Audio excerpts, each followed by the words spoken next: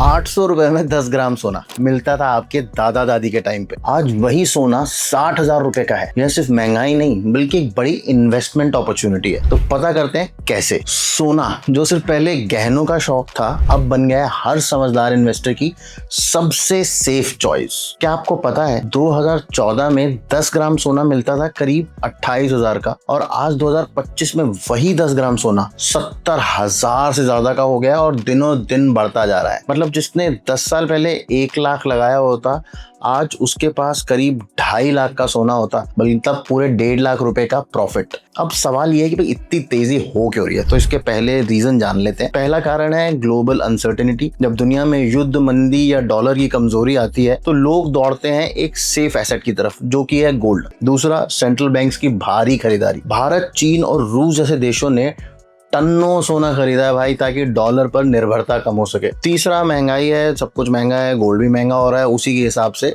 Gold के rates बढ़ रहे हैं। अब असली सवाल जो है, आप पैसा कैसे बनाओगे? सब कुछ बढ़ रहा है, आपकी जेब में पैसा कैसे आएगा? तो सबसे इजी तो तरीका है फिजिकल गोल्ड खरीद लो, कॉइन्स या बार्स खरीद लो, लेकिन उसमें मेकिंग चार्जेस होते हैं जो कि काफी ज्यादा होते हैं, और सेफ्टी का झंझट है, चोरी हो सकता है, खो सकता है, तो वो मैं सजेस्ट नहीं करूंगा। दूसरा है डिजिटल गोल्ड या सॉवरेन गोल्ड बॉन्ड्स। इसमें हर साल मिलता है आपको 2.5% तक का ब्याज, और सबसे बड़ी बात यह कि आपको ज्यादा पैसा भी इन्वेस्ट करने की जरूरत नहीं है। जैसे हर एक महीने एक SIP होती है, SIP की तरह आप कुछ इन्वेस्ट करते रहो, और गोल्ड का पैसा जैसे जैसे बढ़ेगा उसी हिसाब से आपका इंटरेस्ट का पैसा भी बढ़ता जाएगा, और कुछ सालों में एक मजबूत गोल्ड पोर्टफोलियो बना लेंगे आप। तीसरा है गोल्ड ETFs। आसान और मार्केट से जुड़ा तरीका है, बिना एक्चुअल सोना खरीदे। याद रखिए, सोना सिर्फ गहना नहीं है, एक फाइनेंशियल आर्मर है। सही समय पर सही तरीके से अगर आपने खरीद लिया, और ये बहुत अच्छा मौका है, इस टाइम गोल्ड बहुत ऊपर जाने वाला है क्योंकि अनसर्टेनिटीज और बढ़ने वाली है, तो ये आपकी किस्मत बदल देगा। दुनिया बोलती है कि डायमंड इज फॉरएवर, पर मैं बोलता हूँ